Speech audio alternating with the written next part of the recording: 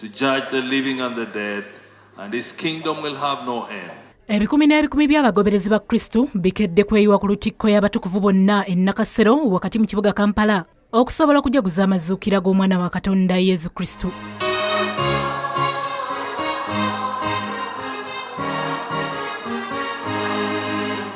Okusaba kuno kukulembeddwamu Ssaabalabirizi w'ekkanisa ya Uganda Kitaffe mu Katonda Stanley Ntagali mwasinzidde okwennyamira olw'ebbula ly'emirimu eryefuza abavubuka abayivu. Even after graduating with degrees and certificates, many of our children are failing to have meaning in life. They are so disappointed, and many people have burdens.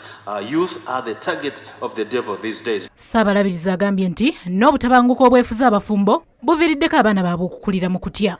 Our children are gifts from God, so let us give them the opportunity to grow in conducive, loving homes, because they are the next generation that will take up leadership even when we are off the stage. Ssaabalabirizi Ntagali wano wasinzidde n'asaba abantu bonna okwekwata ennyo Katonda naddala mu biseera bino eby'okuttingana n'okutugumbula bannayuganda awatali nsonga yonna. The kidnappings and killings, we don't know. Everyone thinks, am I the next one? Am I the next target? May God help us. So we need peace and security in our minds. It begins from the mind.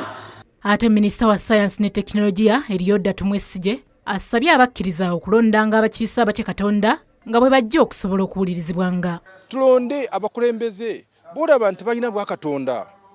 Bantu balamu baagala Katonda waabwe ate bakola ebintu Katonda byandyagadde. Ssaabalabirizi w'ekkanisa ya Uganda Stanley Ntagali akubirizza abakkiriza okwenenya basobole okuyingira obwakabaka bwa Katonda obunaatera okujja.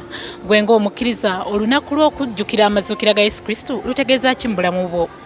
Josephine Namakumbi, NBS Amasengejje.